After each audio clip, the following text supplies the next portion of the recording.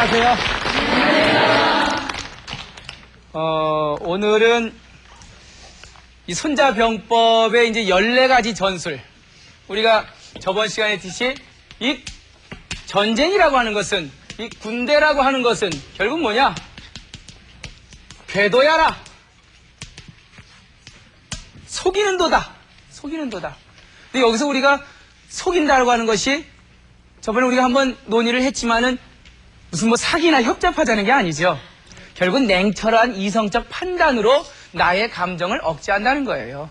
내가 화난다 그래서 그냥 즉각적으로 화나는 게 아니라, 내가 무슨 기분 나쁘다 해서 기분 나쁜 거 보여주는 것이 아니라, 정말 어떻게 보면은 인간이기 때문에 이러한 전략적 사고를 할 수가 있어요. 동물들은 절대 못 속여요, 자기 자신을. 개는 배고프면 배고프다고 깨갱거리기 시작해요. 그러니까 결국은 이러한 속인다라고 하는 의미는 인간만이 갖는 어떤 이성적이고 전략적인 사고라는 생각이 들어요. 결국은 손자는 이 병법에서 적과 싸워서 우리의 조직과 그리고 우리의 어떤 이 부대 구성원들이 항상 이기려고 한다면은 우리의 감정을 속일 줄 알아야 된다라고 하는 병자는 궤도라는 말을 하고 이제 들어갑니다. 그러면서 이 속이기 위한 14가지 전술을 제시를 하고 있어요. 우리 그 14가지 전술 중에서 4가지는 저번 시간에 벌써 한번 얘기를 했고, 이제 나머지에 대해서 그 전술이 어떤 전술이 있는지 한번, 이건 순서는 좀 틀리지만은, 하여튼 14가지 전술을 그렇게 필요에 따라 한번 나열을 해보도록 하겠습니다. 유명한 구절 중에 하나가 이제, 공기, 무비. 이런 말이 있습니다. 공기, 무비하라. 그리고 출기, 불이하라. 이건 뭐 1982년에 만든 미국 육군 작전 지침서에도 나와 있는 얘기예요. 이거는 손자병법의 가장 위대한 말 중에 몇 가지를 뽑으라 하면 한 베스트 5 안에 들어갈 말입니다. 공격하라. 언제 공격해요? 적이 준비하지 못한 장소를, 그러니까 적이 전혀 준비되지 않은 곳을 공격하란 말이에요. 그래야지 이기지요. 적이 준비 다 해놓은 데를 공격해봤자 내 아군의 피해가 너무 심해지죠. 그러니까 공격하라. 적이 전혀 준비되지 않은 곳을. 출동하라. 출격하라. 적이 전혀 의도하지 못했을 때, 적이 전혀 생각도 못했을 때, 적이 전혀 준비 못한 장소를 가서 팍 출격하라 이겁니다. 팍 하고 그냥 출격하라 이거예요. 그러면 엄청나게 그 피해는 뭐 무지막지하게 이루어지죠. 이게 결국은 이제 작전 전략에서 본 인디렉트 어프로치라는 말이에요. 그러니까 직접적인 접근이 아니라 간접적인, 한 바퀴 돌아가란 말이에요. 내가 이 사람 때리고 싶으면은 직접 때리지 말란 말이에요. 왜? 내가 때리면 내 손이 아파요. 그러니까 딴 사람이 때리게 만드란 말이에요. 이러니까 좀 손자병법이 무서워지는데, 이 중국 사람 중에 유명한 안영이라고 하는 사람이 있어요. 안영. 이름 많이 들어보신 분이죠. 이 안영이라고 하는 유명한 제나라의 정치 스타입니다. 그러니까 그 손자가 살던 시대에 그 정도 전후에서 살았던 사람, 비슷한 시대에 살았던 사람이에요. 근데 이 안영이라는 사람이 제나라의 이 3대에 걸쳐서, 왕 3대에 걸쳐서 이 재상을 해요. 굉장히 유명한 재상인데, 키는 한 150cm 정도밖에 안 된 아주 짤딱막한 사람이에요. 그 안영이라는 사람이 이제 하루는 이제 외교관이 돼서 초나라에 사신으로 갔어요. 근데 그 초나라에 사신으로 갔더니만, 초나라에 이제 사신이 오니까 이제 외교관이죠. 초나라 왕이 딱 보고는, 키는 뭐 짤딱막한 놈이 아주 유명한 안영이로 걸어 들어온단 말이에요. 그게 기분이 팍 나쁜 거예요. 아니 도대체 우리나라를 어떻게 봤길래 저렇게 짤딱막한 사람을 우리나라에 사신으로 보내느냐, 뭐 그런 생각이 들었던 모양이에요. 그래서 이제 놀려주려고, 아유, 당신네 나라는 그렇게 사람이 없어?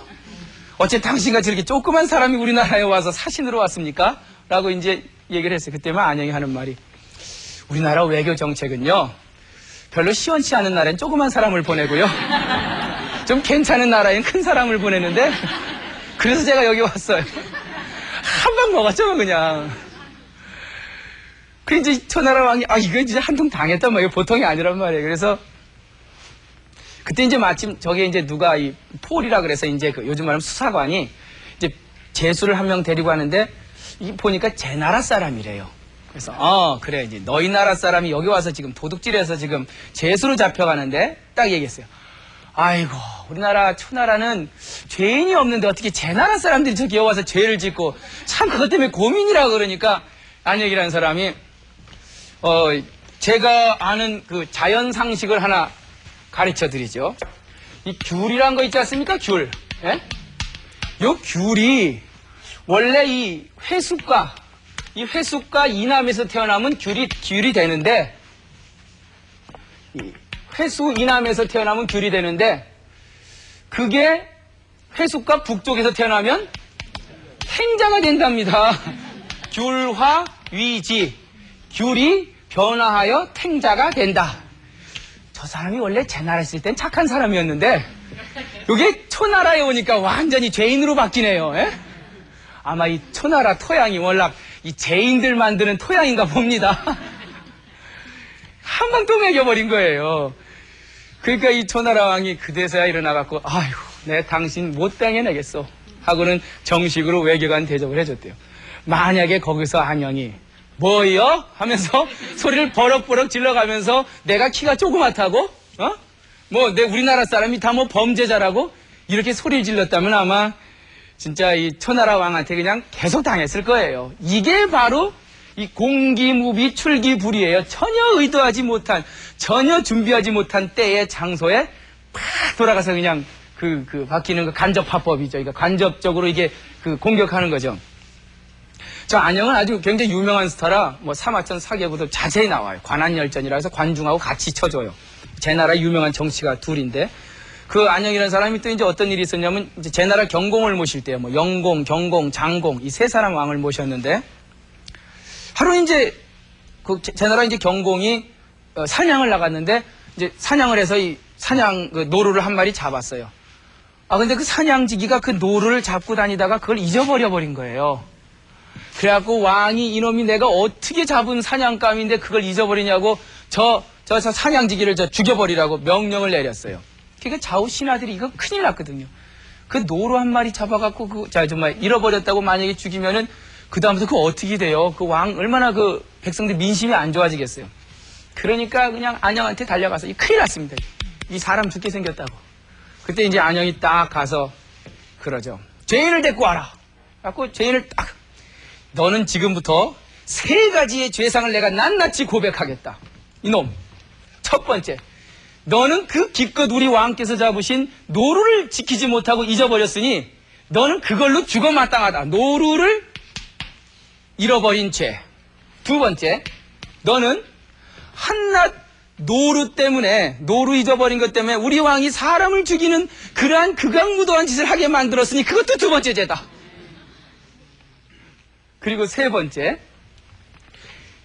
우리 왕께서 너가 노루를 잊어버렸다고 너를 죽이면은, 그 다음부터는 온 제국에 소문이 나서 그 사람은 그 사람 목숨을 노루보다도 못한 사람으로 여기는 거다. 그러니까 노루보다도 못한 그것으로 여긴다라는 소문이 퍼지게 될 테니, 그러면 우리나라 왕의 명예가 실추될 거기 때문에 그것도 또한 죄가 크다.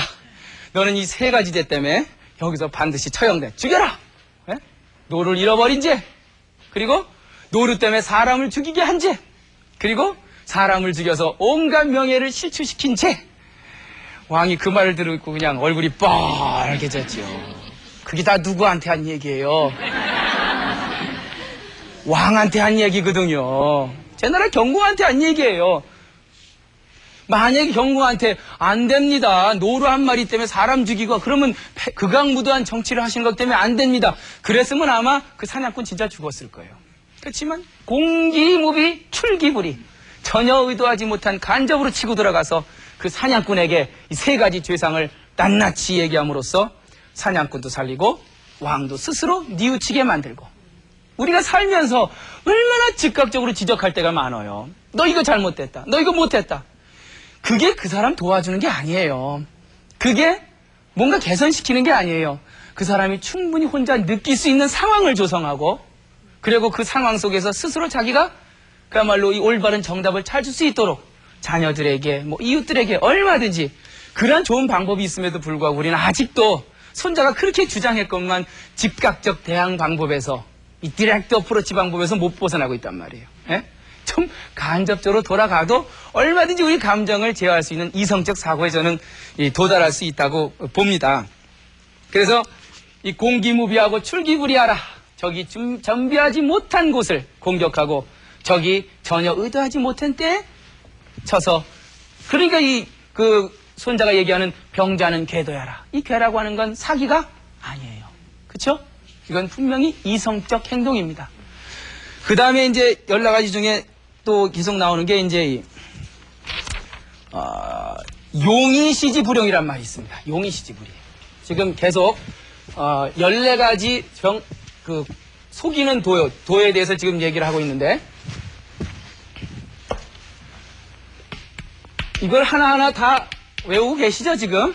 용의시지불용이라. 내가 뭔가 이 군대를 동원해서 저쪽에 작전을 하려고 하면은 상대방에게는 전혀 작정하지 않을 것 같은 그런 것을 보여주란 말이에요, 상대방에게. 그러니까 예를 들어서 뭐예요? 내가 분명히 저쪽이 탐이 나요. 또 우리 부대가 저쪽으로 진격을 해야 돼요. 그러면은 내 군대를 이쪽으로 운영할 거라는 것을 적에게 보여주면은 적이 대비를 하게 되잖아요. 그러니까 나는 전혀 난 뭐 그런 작전을 하지 않을 것 같은 그 매 있죠, 매. 사냥하는 매가요. 그 서경에 이런 얘기가 나오죠. 이 매라고 하는 이 매라고 하는 지조는 이게 매입니다.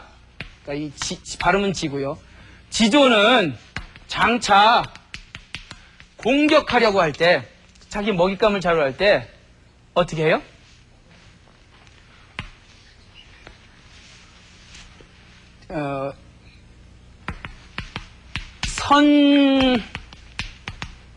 선장기형이라 이런 말이야. 저 하늘에 있는 사나운 매가 장차 먹잇감을 공격하려고 할 때는 잘 감춘다. 자기의 형을 잘 감춰요. 자기의 모습을 잘 감춘다는 뜻이에요. 내 부리를 절대로 바깥에 보이지 않아요. 어떻게 해요? 쫙 집어넣어요. 예? 그리고 다가가요. 그 잡을 수 있죠. 이게 내 잡는다 이러면 이거는 뭐 잡으라는 얘기죠. 뭐 매가 장차 공격하라고 할 때는 자기의 손톱을 감춰요. 그리고 자기의 모습을 바꿔요. 그래서 먹이를 획득해낸다 이겁니다. 매는 그거 먹어야 살았잖아요. 그러니까 여기서 얘기하는 내가 뭔가 이 작전을 운영할 생각이 있으면 남에게는 전혀 운영하지 않는 듯한 모습을 보여줘라. 이것이 또 14 전략 중에 하나고, 또 이런 것도 있어요. 리 유지하라. 리란 말은 이익이죠. 이게 유자는 유인하다. 네? 뭔가 이익을 던져서 적을 뭐예요? 말로 이렇게 살짝 유인해내란 말이에요.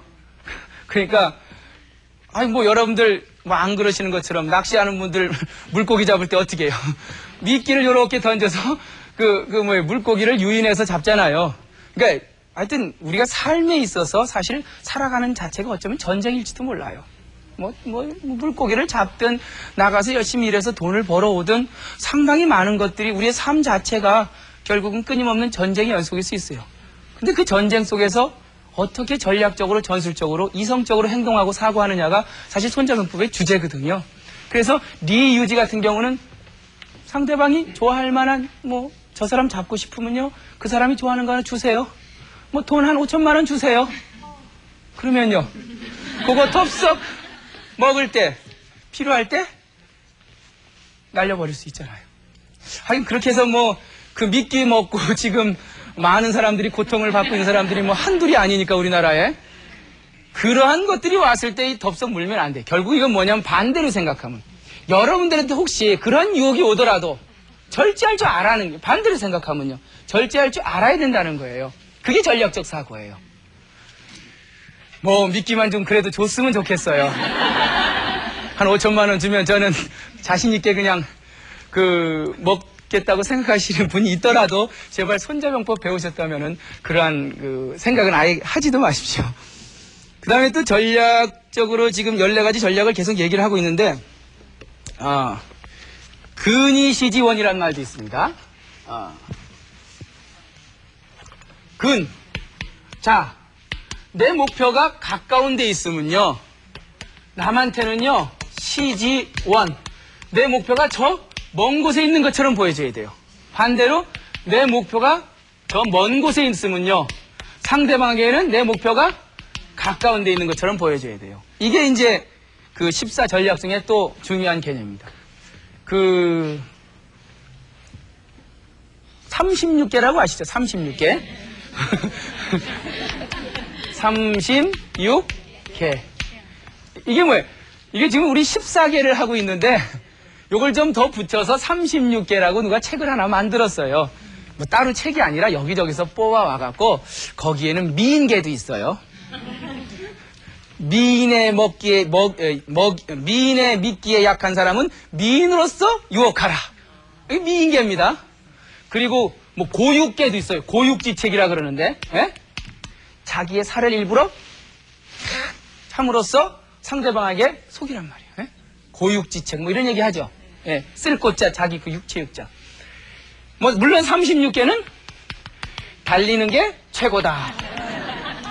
36번째 가면 도망가는 게 최상이다. 이런 계책도 있어요. 우린 줄행랑이라 그러죠. 달릴 쭉, 할위, 윗상, 줄행랑.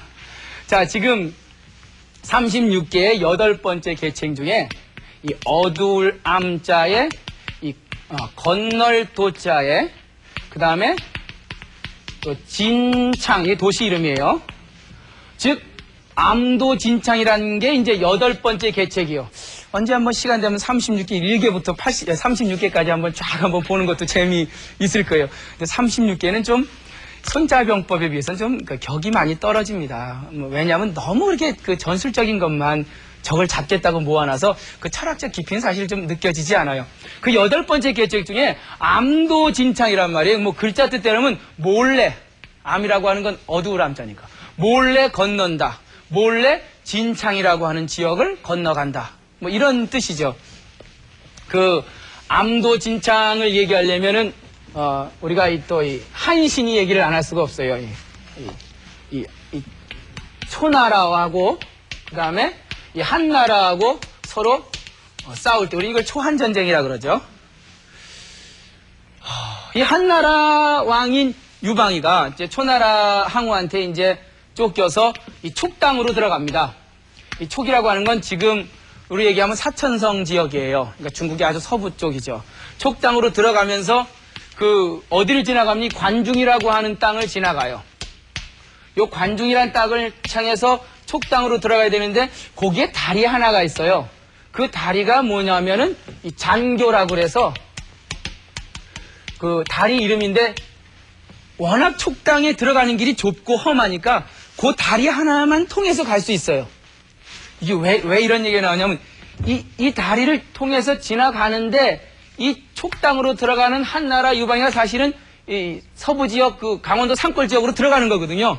들어가면서 이 다리를 끊고 들어가요. 왜 끊고 들어가냐면 다시는 이 중원에 나올 생각이 없다는 걸 항우에게 확인시켜주기 위해서.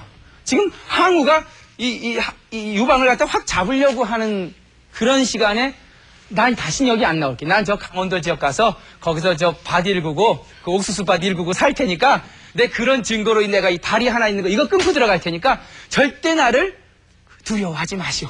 하고는 그냥 그 잔교를 끊어버리고는 사천성 수도인 성도, 지금 현재 촉당, 지금은 사천성이지만 글로 들어가요.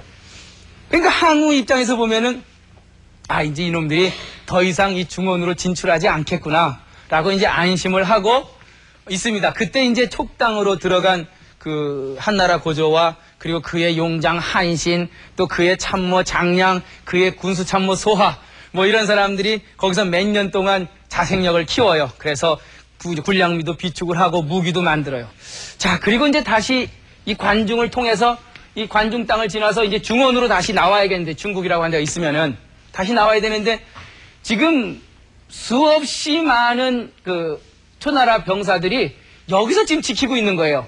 왜 여기서 지키냐면 이 사람들이 나올 땐 여기밖에 없으니까. 그래서 이제 이쪽 지역을 지키고 이제 여기 장한이라고 하는 장군을 임명해서 이걸 지키게 합니다. 그때 이제 총나라의 그러니까 한나라의 그 한고조가 한신한테 명령을 내려. 이 잔교를 복구하라. 잔교를 복구하라. 그러니까 사람들이 깜짝 그거 복구하려면 적어도 한 1년 이상 걸리거든요. 그리고 뭐예요? 그 복구함과 동시에 이 초나라 군대는 벌써 니들이 여기 넘어올 거니까 완벽한 대비태세를 갖춘단 말이에요. 그러니까 손자병법에서 보면 공기무비 출기부리하고는 전혀 상관없는 중원 도모책이 되는 거죠. 그렇게 시켜놓고는 이제 장교를 복구한다는 이제 얘기를 해놓으니까 이 관중 땅을 지키던 장안과 초나라 군사들이 이놈들이 여기를 건너올 모양이라고 여기에 그 병력들을 집중시키면서 그래도 이건 1년 이상 걸리는 작업이니까 뭐 그냥 도저히 여기 못 들어올 거라고 이제 안심을 해요. 그때 이 관중으로 가는 정말 예상치 못한 꼬불꼬불 진창이라고 하는 고개가 있어요.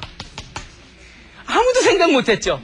설마 그 꼬불거리는 진창을 통해서 이거 한 사람이 겨우 비껴가는 데인데 아무도 생각 못했던 거예요.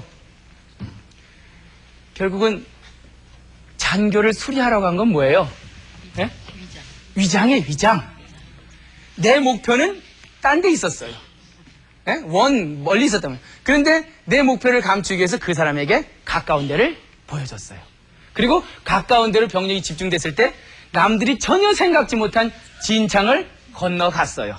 그리고는 뒤에서 장안군대를 치고 드디어 초나라 항우를 물리치고 중국의 패권을 잡았어요. 만약에 한나라의 그 군신들이 그 장교만을 고집해서 거기서 그냥 들어가서 했다면 아마 영원히 이 초한지는 초나라의 승리로 끝나고 말았을 거예요. 결국 이러한 전략과 이 전술은 결국은 상대방을 제압하고 또 이성적으로 나의 전력을 갖다가 확대시키기 위한 하나의 어떤 굉장히 중요한 의미를 지닌다는 거죠. 이러한 그 암도 진창이 우리에게 주는 얘기는 정말 우리가 지금 손자의 14가지 전술에 대해서 계책에 대해서 얘기하고 있지만은 참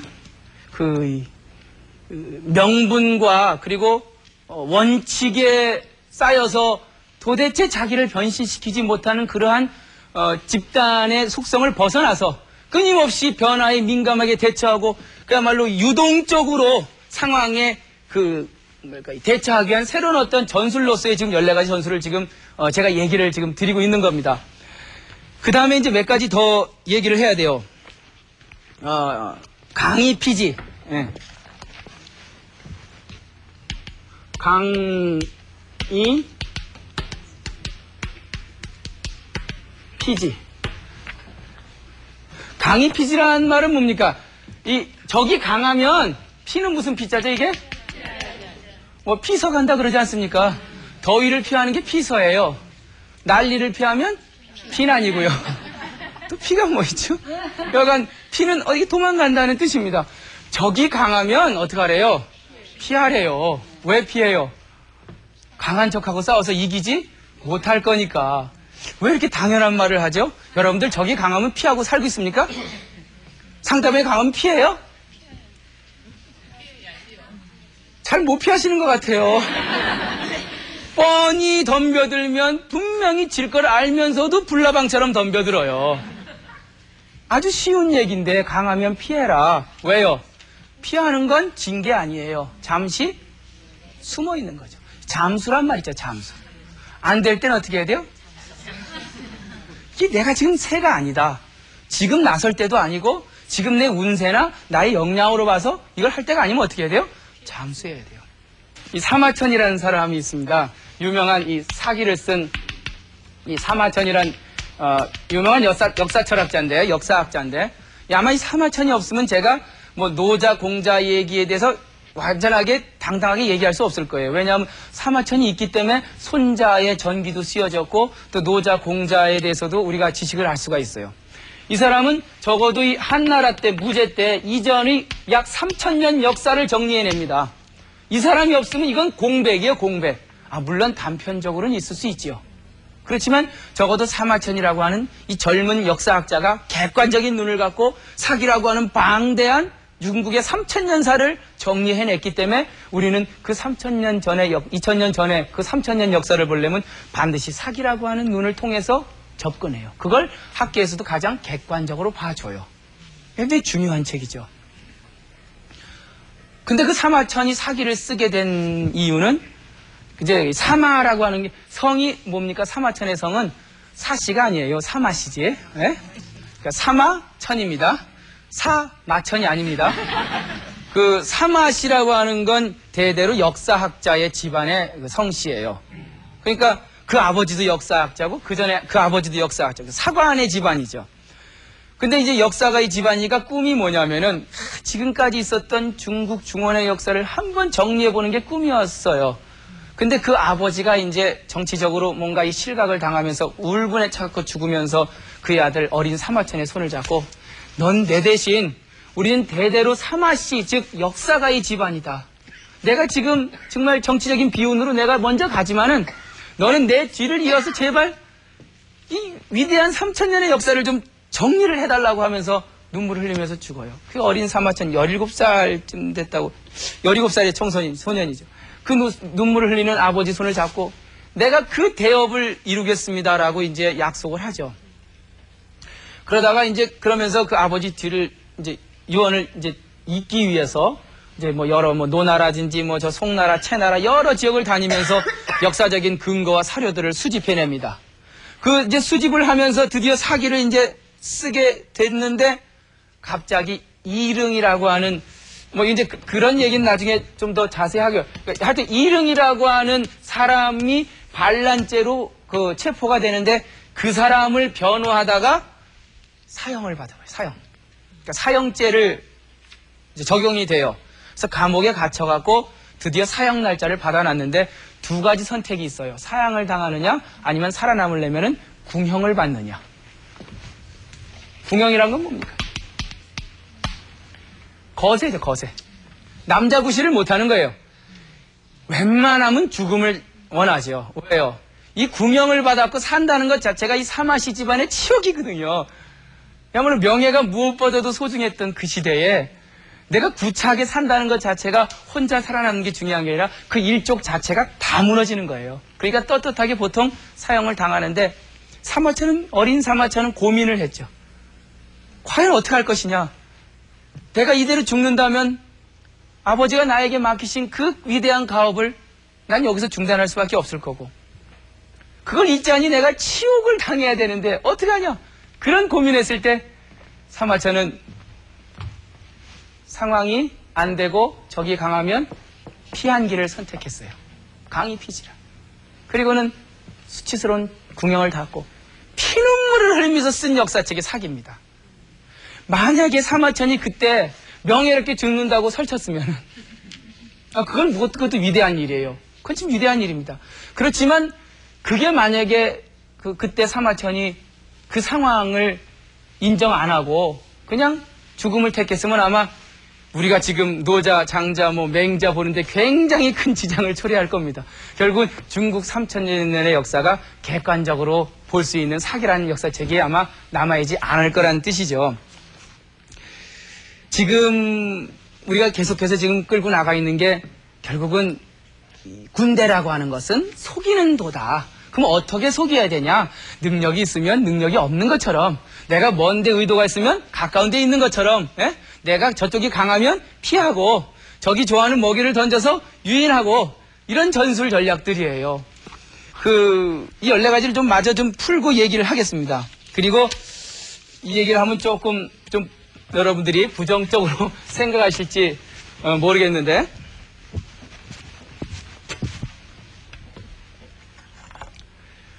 일이노지란 말이 있어요. 일이노지. 이게